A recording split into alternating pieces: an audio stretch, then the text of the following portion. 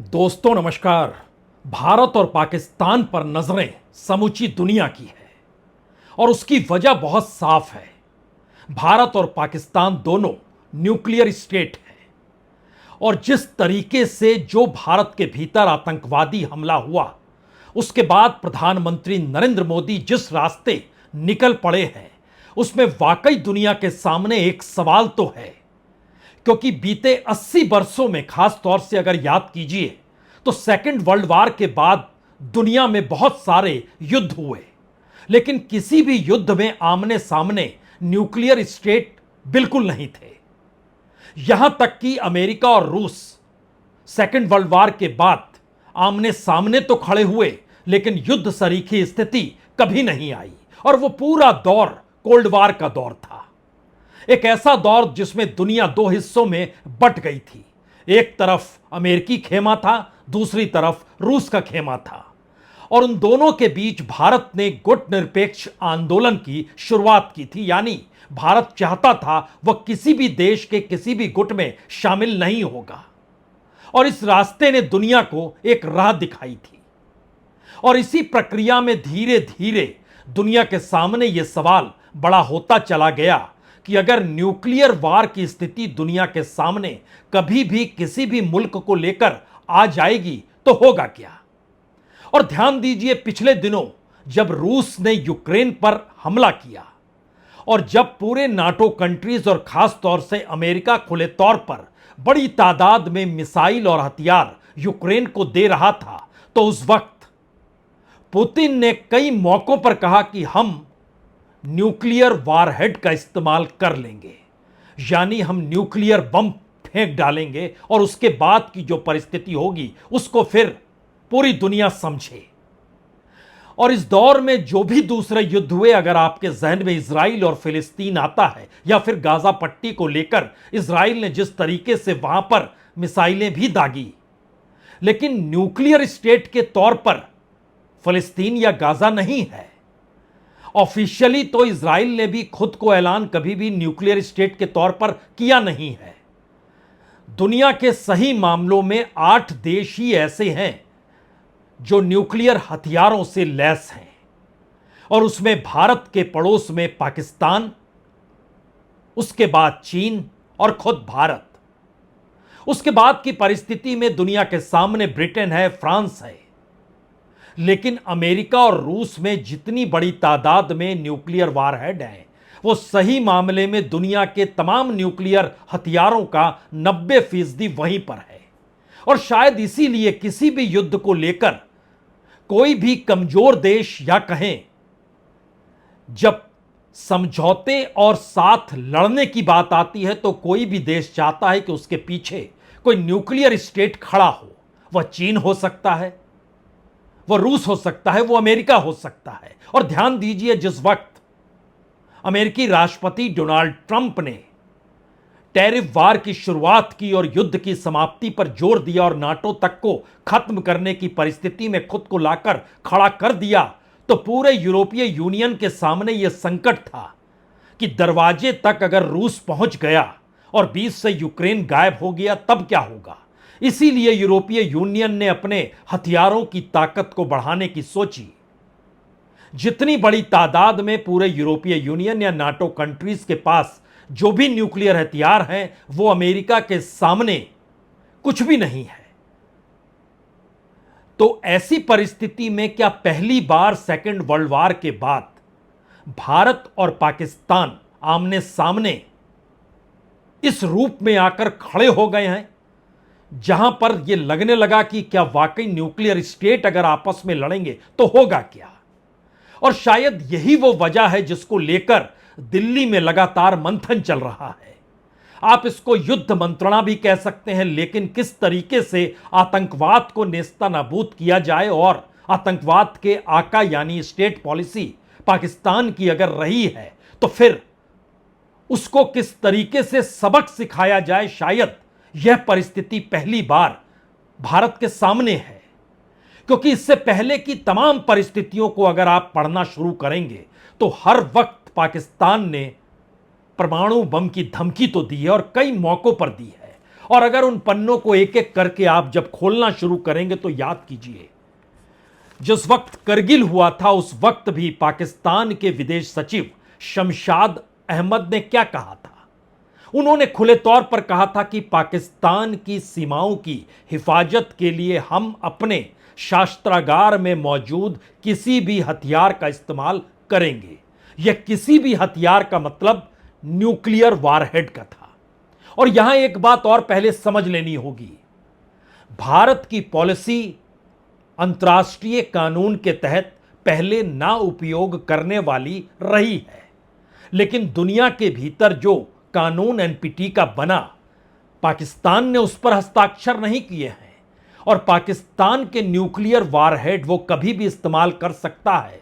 इसके संकेत अगर भारत को लेकर ही दें, क्योंकि दुनिया के दूसरे किसी भी देश को लेकर पाकिस्तान ने अपने न्यूक्लियर हथियारों को खड़ा नहीं किया है, तो क्या यह एक ऐसी परिस्थिति पहली बार आकर खड़ी हुई है। हमने करगिल का जिक्र किया। करगिल में अटल बिहारी वाजपेयी उस वक्त भारत के प्रधानमंत्री थे। सीमा पर लाखों सैनिकों की तादाद जमा कर दी गई थी और उसके बाद यह सवाल था कि युद्ध होगा तो क्या होगा, और तब अमेरिका और दुनिया के दूसरे देश सक्रिय हुए। लेकिन करगिल के बाद की परिस्थिति अगर मोदी काल में अगर आप देखना चाहते हैं, यानी इस दौर में जो 2014 के बाद भारत के प्रधानमंत्री नरेंद्र मोदी बने, तो 2016 में उरी सेक्टर पर हुआ हमला। उस वक्त भी पाकिस्तान के रक्षा मंत्री ख्वाजा आसिफ ने क्या कहा था। उन्होंने कहा था अगर पाकिस्तान की सुरक्षा खतरे में होगी तो हम न्यूक्लियर हथियार इस्तेमाल करने में संकोच नहीं करेंगे। इसके बाद ही भारत ने सर्जिकल स्ट्राइक किया था। तो क्या इस दौर में भी सर्जिकल स्ट्राइक, और खास तौर से पाकिस्तान ऑक्युपाइड कश्मीर में जहां आतंकवादी संगठनों का जमघट है, एक बार फिर वो निशाने पर आएगा और उसकी पूरी घेराबंदी ये कहकर दुनिया को साथ लेकर की जाएगी कि जब तक पीओके को वहां पर मौजूद जितने भी आतंकवादी संगठन हैं उनको अगर खत्म नहीं किया गया तो फिर कोई रास्ता नहीं बचेगा और भारत हर बार इससे प्रभावित होते रहेगा। क्या यही रास्ता है? क्योंकि सवाल सिर्फ उरी सेक्टर पर हमले के बाद पाकिस्तान की न्यूक्लियर हथियारों को लेकर धमकी भर का नहीं है।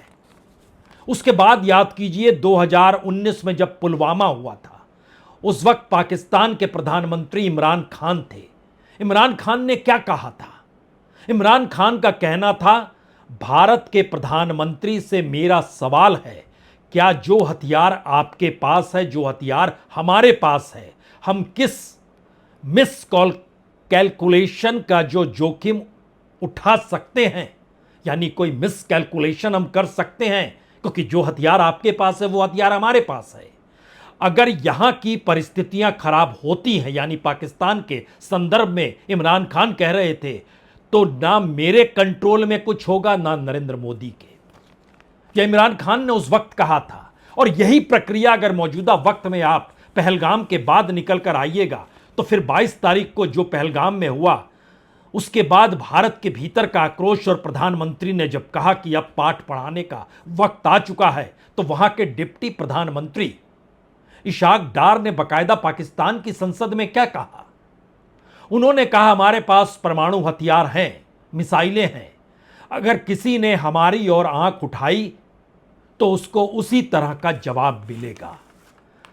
तो क्या परमाणु हथियारों से लैस दुनिया के उन देशों के लिए एक सबसे ताकतवर परिस्थिति है, वो किसी भी रास्ते चल सकते हैं, और दुनिया के भीतर अभी इसका कोई रास्ता निकला नहीं है, क्योंकि इस दौर में लगातार हर देश ने अपने परमाणु वारहेड्स को बढ़ाया है। बीते 1-2 साल में तो और ज्यादा रवानगी आई है। और ध्यान दीजिए, भारत के पास इस वक्त 172 न्यूक्लियर वारहेड्स हैं, तो पाकिस्तान के पास 170 हैं। चीन के पास 500 न्यूक्लियर वारहेड हो गए हैं, जो कि पिछले बरस 421 हुआ करते थे। तो एक रफ्तार है, हथियारों की होड़ भी है, और दुनिया के भीतर हथियारों को बेचने खरीदने की परिस्थितियां और हथियारों का इस्तेमाल इस बाजार में होते चले जाए, वह भी एक लॉबी कहीं ना कहीं अंतर्राष्ट्रीय तौर पर काम करती है, जिसका एक बड़े प्रयोगशाला के तौर पर यूक्रेन नजर भी आया।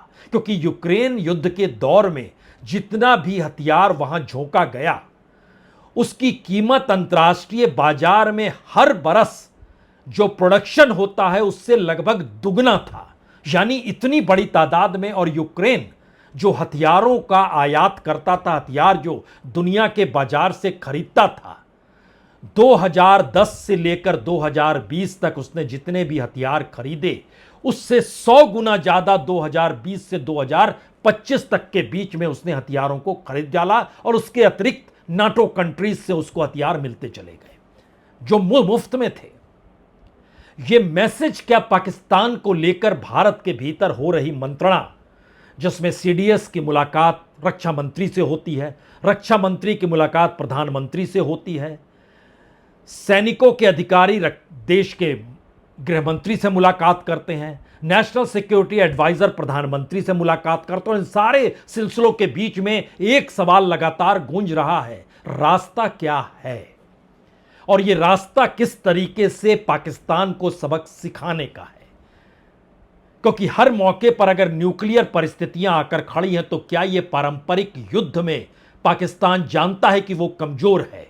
भारत के सामने वो मैन पावर की स्थिति हो, वो चाहे एयरफोर्स की स्थिति हो, चाहे वो नेवी की स्थिति हो यानी नेवल सेना की स्थिति हो, या फिर नेचुरल रिसोर्स हो, जो फाइनेंशियल परिस्थिति दोनों देशों की हो, जो लॉजिस्टिक हो, भारत के सामने पाकिस्तान कहीं टिकता नहीं है।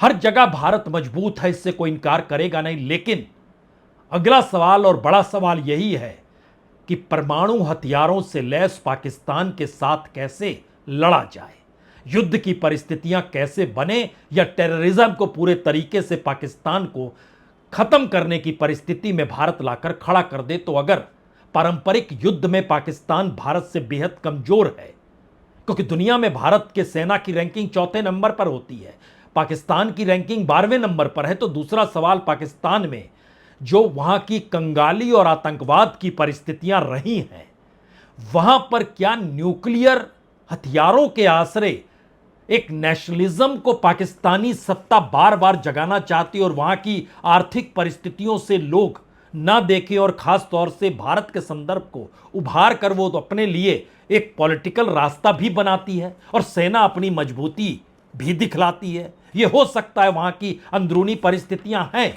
लेकिन अगला सवाल तो यही है भारत के सामने कि अगर भारत न्यूक्लियर स्टेट के तौर पर है, पाकिस्तान भी है, तो भारत ने तो नो फर्स्ट यूज के तौर पर लिया है। और नो फर्स्ट यूज का मतलब बहुत साफ है कि जो एनपीटी यानी परमाणु अप्रसार संधि है, जो सीटीबीटी यानी व्यापक परीक्षण प्रतिबंध संधि जो है, भारत ने दोनों पर हस्ताक्षर किए हैं, पाकिस्तान ने किसी पर हस्ताक्षर नहीं किए हैं। और उसका पूरा परमाणु वारहेड हमेशा अलर्ट मोड में रहता है। तब यहां पर सवाल है क्या हथियार सिर्फ परमाणु के, क्योंकि इस दौर में जो प्रोग्रेस भारत कर रहा है वो लंबी दूरी तक हथियारों को मार करने की ले जा रहा है। और दुनिया की तमाम रिपोर्ट्स बतलाती है कि भारत अपनी व्यापक टेक्नोलॉजी के आश्रय चीन तक मार कर पाने की स्थिति में कैसे अपने न्यूक्लियर वारहेड्स को ले जाए, इसको लेकर वो काम कर रहा है। लेकिन दूसरी तरफ पाकिस्तान ने टेक्निकल और स्ट्रेटेजिकली तरी अपने वारहेड्स को तैयार किया है, जिसमें उसके निशाने पर सिर्फ भारत ही है। यानी लगभग 60 से 70 किलोमीटर के दायरे में पाकिस्तान के न्यूक्लियर वारहेड्स काम करें। कम दूरी होगी, सटीक निशाना होगा, व्यापक तरीके से बर्बादी होगी। और दुनिया के सामने अगर यह रिपोर्ट है तो अमेरिका यूं ही नहीं कह रहा है कि एक संयम के साथ दोनों देश सोचें, लेकिन सवाल भारत के लिए महत्वपूर्ण है।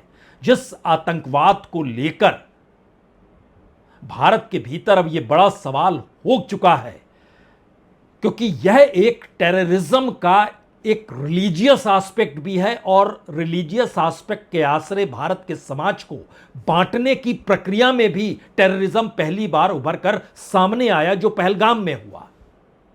तो क्या पाकिस्तान की जो नीति रही है कि हमला कर सकें, हमला कर दें, जीत जाएं, और परिस्थिति क्या बचेगी, तो क्या भारत के पास अब यह स्ट्रेटजी बहुत सामने आई है कि पाकिस्तान के कुछ हिस्सों पर वो कब्जा करे, एक मैसेज दे, अपने हिस्से में कुछ क्षेत्र को ले ले, या फिर पाकिस्तान के भीतर जो वहां पर मिलिट्री कैंप्स हैं, जो वहां के वायुसेना के बड़े बड़े हिस्से हैं, उस कैंप को नष्ट कर दिया जाए?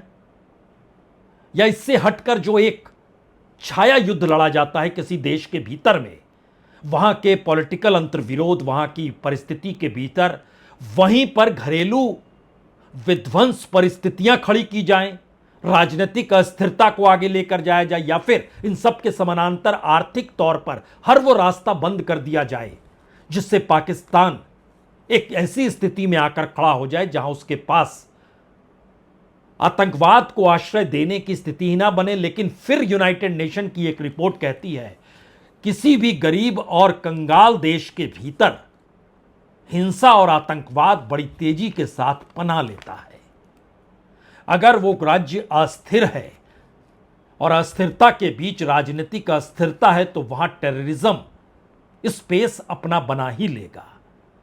और शायद इसीलिए ये एक सवाल है कि भारत अपने न्यूक्लियर वारहेड्स को चीन तक ले जाना चाह रहा है। पाकिस्तान टेक्निकल न्यूक्लियर हथियार को अपने लिए खड़ा कर रहा है, रेंज ज्यादा ना हो, यानी भारत के विशाल सेना के मुकाबले पाकिस्तान कहीं नहीं टिकता है। लेकिन जब टेक्निकल परमाणु हथियारों का सवाल होगा तो फिर अगला सवाल यह भी होगा, क्या दिल्ली में मंथन अब इस बात को लेकर तेज हो चला है कि जो गुस्सा इस देश के भीतर में है, जो आक्रोश इस देश के भीतर में है, और पहली बार जो कल तक बातचीत का जिक्र किया करते थे, हमें लगता है आज बात सुननी चाहिए फारूक अब्दुल्ला की भी, जब वो कह रहे हैं सबक तो सिखाना चाहिए। अफसोस है हमें कि हमारा पड़ोसी आज भी नहीं समझता कि उसने इंसानियत का कत्ल किया है। मैं हर वक्त डायलॉग का फेवर करता था, मैं हर वक्त चाहता था कि बातचीत हो, मगर बताइए उन लाशों के को क्या कहेंगे और उनके घर वालों क्या कहेंगे? क्या हम बात करेंगे? क्या ये इंसाफ है? आज भारत चाहता है, वो नहीं, बालाकोट नहीं, आज भारत चाहता है कि ऐसी बात हो कि इसके बाद कभी ऐसी चीज ना हो। और नेशनल कॉन्फ्रेंस के फारूक अब्दुल्ला पहली बार बातचीत का जिक्र नहीं कर रहे हैं, वह भी ये कह रहे हैं कि दरअसल आतंकवाद जिस नए चेहरे के साथ आतंक की एक नई परिभाषा को गढ़ रहा है, उसके लिए भारत को कोई बड़ा कदम तो उठाना होगा। लेकिन अगला सवाल दिल्ली के भीतर इस बात को लेकर भी है, वो कौन सा रास्ता होगा, क्योंकि इन सब के बीच एक बड़ी परिस्थिति दुनिया में ट्रेड वार की भी खड़ी हुई है। उस ट्रेड वार में अमेरिका और चीन आमने सामने खड़े हैं, और जब भारत और पाकिस्तान के युद्ध की परिस्थिति है तो ऐसे में चीन पाकिस्तान के साथ न सिर्फ खड़ा है बल्कि दोस्ती और यारी का जिक्र खुले तौर पर कर रहा है। चीन के विदेश मंत्री ने साफ तौर पर कहा भी, एक मजबूत दोस्त और रणनीतिक साझेदार या भागीदार के तौर पर चीन पाकिस्तान की वैध सुरक्षा चिंताओं को पूरी तरीके से समझता है और सुरक्षा हितों को बनाए रखने के लिए उसके प्रयासों का समर्थन करता है। और बाकायदा चीन के ग्लोबल टाइम्स ने यह लिखा कि चीन जल्द से जल्द निष्पक्ष जांच शुरू करने का समर्थन करता है और उम्मीद है कि भारत और पाकिस्तान इस मामले में संयम बरतेंगे। हालांकि चीन ने पहलगाम की घटना के तुरंत बाद हमले की निंदा की, सभी तरह के आतंक का विरोध भी किया, लेकिन खुले तौर पर वो पाकिस्तान के साथ खड़ा है, क्योंकि स्ट्रेटेजिक तौर पर जो बेल्ट रोड बन रही हो, या फिर जो अलग अलग समुद्री पोर्ट्स की जरूरत हो, या फिर जो अमेरिका के जरिए जिस स्क्वाड को बनाया गया जिसमें भारत भी है, अमेरिका भी है, ऑस्ट्रेलिया भी है, जापान भी है, उसका काउंटर करने के लिए समुद्री तौर पर उसको जरूरत पाकिस्तान की है, तो पाकिस्तान के साथ वो खड़ा है। और इस दौर में भारत यह भी जान रहा है कि भारत की आर्थिक परिस्थितियां इस बात की इजाजत नहीं देती है कि वह चीन के साथ व्यापारिक संबंधों को पूरे तरीके से खत्म कर ले, क्योंकि भारत के भीतर जितना कच्चा माल भारत इंपोर्ट करता है चीन से, वो इसलिए भी महत्वपूर्ण है क्योंकि अन्यथा भारत की पूरी मार्केट इकोनॉमी और पूरा मार्केट बिना चीन के माल के ढहढहा के गिर जाएगा। इसीलिए तो $100 बिलियन से ज्यादा चीन का माल भारत आज की तारीख में ले रहा है। बावजूद इसके वो लद्दाख में क्या करता है, अरुणाचल में क्या करता है, उत्तराखंड में क्या करता है, और इन सब के बीच एक खटास जो भूटान के दौर में 2020 में जिस दौर में हुआ था, वो सारी चीजें याद है। लेकिन दिल्ली का मंथन इस बात को लेकर चल रहा है कि आपको इस दौर में कोई सबक तो सिखाना होगा, और जब टेररिज्म दुनिया के भीतर कोई देश मान्यता देता नहीं है, तो पाकिस्तान को टेररिज्म के दायरे में खड़ा करके अपनी सेना के जरिए किस तरीके से सर्जिकल स्ट्राइक के आगे की परिस्थिति लेकर खड़ा करें, और पाकिस्तान के भीतर की अस्थिरता और वहां की आर्थिक परिस्थितियों के मद्देनजर उस देश को ऐसा पाठ पढ़ा दिया जाए जिससे एक स्ट्रेटजिक तौर पर पड़ोसी उस रूप में कभी नजर ना आए जिस रूप में हो रहा है। लेकिन फिर अगला सवाल है, इस दौर में बांग्लादेश भारत के हाथों छिटक चुका है। जिस बांग्लादेश को भारत ने बनाया वो इस दौर में पाकिस्तान के साथ गलबैयां डाले हुए है। दोनों देशों के बीच व्यापार शुरू हो चला है।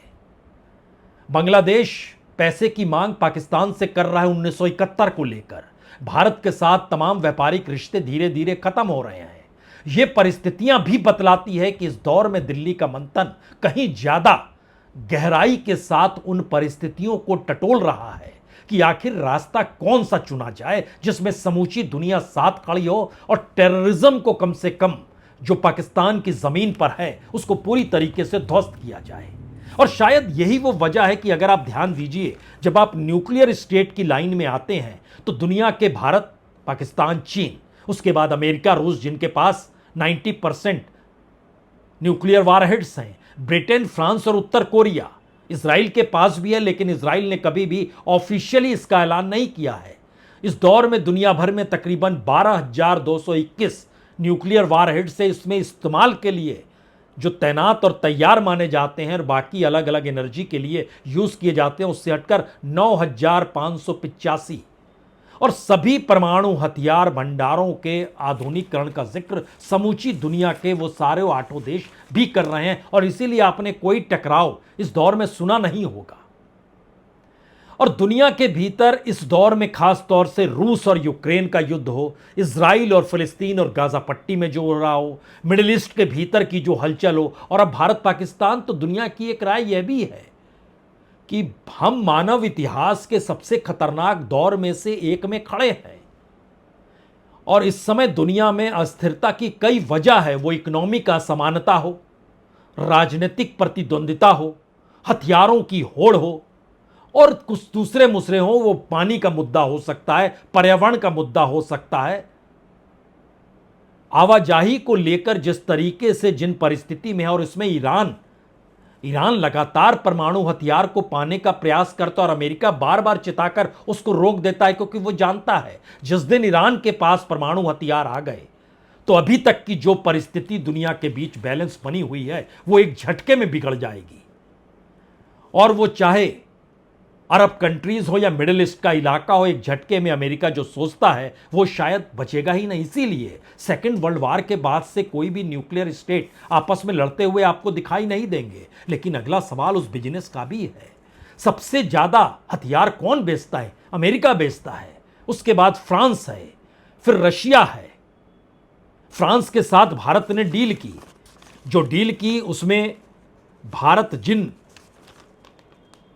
26 राफेल मैरीन विमानों को खरीद रहा है, 63,000 करोड़ रुपए के ये हैं। लेकिन यह भी समझना होगा, ऐसा नहीं है ये कल आ जाएंगे, इनको आने में कम से कम 4-5 साल लगेंगे। 2028-29 में अगर खेप की शुरुआत होगी तो 2030-31 तक पूरी खेप आ पाएंगे, क्योंकि 2016 में जब किया गया था पहली बार राफेल का समझौता तो वो 2022 में आए थे। तो दुनिया के सामने हथियारों को लेकर सबसे बड़ा खरीदार आज की तारीख में भारत और सऊदी अरब है, उसके बाद कतर है, यूक्रेन है, फिर 5वें नंबर पर पाकिस्तान आता है। पाकिस्तान दुनिया के बाजार से जितना हथियार खरीदता है उसका दुगने से ज्यादा भारत खरीदता है। हथियारों की तादाद, हर लिहाज से भारत की मजबूती आपको नजर आ रही होगी। लेकिन फिर वही सवाल, न्यूक्लियर स्टेट को लेकर एक मुश्किल की परिस्थितियां हैं, और इस परिस्थिति में भारत के सामने मुश्किल यह भी है कि अब उसको स्ट्रेटजिकली कुछ ऐसी लड़ाई लड़नी ही होगी पाकिस्तान के साथ, क्योंकि जो नैरेटिव है इस दौर में मौजूदा मोदी सरकार ने जो बनाया वो नैरेटिव भी टूटे नहीं। ये एक मुश्किल हालात पॉलिटिकल तौर पर घरेलू राजनीति में प्रधानमंत्री मोदी के सामने भी होगी। कश्मीर को लेकर जो नैरेटिव था वह भी टूटा है, और कश्मीर में जिस तरीके से घरों को विस्फोट से उड़ाया जा रहा है, यह अपने आप में कश्मीर के भीतर आने वाले वक्त में कौन सी प्रतिक्रिया किस रूप में उभर कर आएगी, शायद उस पर भी नजर होनी चाहिए। लेकिन इन सब से हटकर मौजूदा वक्त का सबसे बड़ा सवाल भारत के सामने जो खड़ा है कि जिस तरीके से पहलगाम में हुआ, उसमें आपको कहीं ना कोई पाठ पढ़ाना ही होगा। और ध्यान दीजिए, भारत का रक्षा बजट लगातार बढ़ा है। जब पहली घटना 2016 में उरी सेक्टर में जिस तरीके से बड़ी घटना हुई, उससे पहले पठानकोट में हो चुका था, तो 2017 में जो भारत का रक्षा बजट था, डिफेंस बजट था, वह 3,59,000 करोड़ का था, 3,59,000 करोड़। और वो बढ़ते बढ़ते 2025 में 6,81,000 करोड़ का हो चुका है, यानी लगभग दुगना हो चुका है। यह अलग मसला है कि जीडीपी इस दौर में भारत की बढ़ी है, और जीडीपी के लिहाज से जो परसेंटेज होना चाहिए वो परसेंटेज अभी भी कम है। भारत के भीतर वो 1.91% है, और 2017 में 2.51% था। मैक्सिमम 2020 में गया था जो जीडीपी का 2.88% था। उस समय 4,71,000 करोड़ का डिफेंस बजट था। तो तीन बड़े सवाल शायद दुनिया के सामने और भारत के सामने भी है। पहला बड़ा सवाल, भारत पहलगाम के घाव को भूल नहीं सकता है। दूसरा सवाल, न्यूक्लियर स्टेट पाकिस्तान है, भारत इसे भूल नहीं सकता है, और दुनिया भी इसे नहीं भूल पा रही है।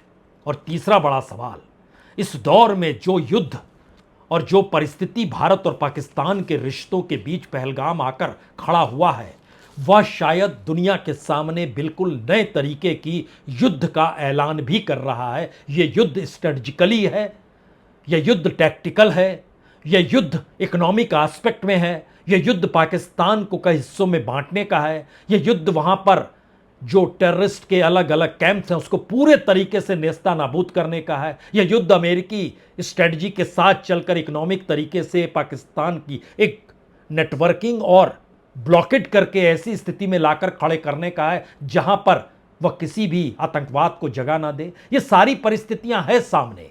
टेक्नोलॉजी का दौर है, आर्टिफिशियल इंटेलिजेंस का दौर है ये, और शायद दिल्ली में इसी बात को लेकर युद्ध की एक नई मंत्रणा के दौर से भारत इस वक्त गुजर रहा है, क्योंकि मौजूदा सत्ता के पीछे पूरा देश खड़ा है। न विपक्ष की राजनीति है, न इस देश में धर्म और संप्रदायों में बटी हुई राजनीति से हटकर समूचा देश एकजुट होकर पहलगाम को लेकर लगातार सरकार की तरफ टकटकी लगाए हुए है। और ये मंत्रणा दिल्ली में कौन से रुख में जाती है, शायद दुनिया भी इसका इंतजार कर रही है। बहुत बहुत शुक्रिया, बहुत बहुत शुक्रिया।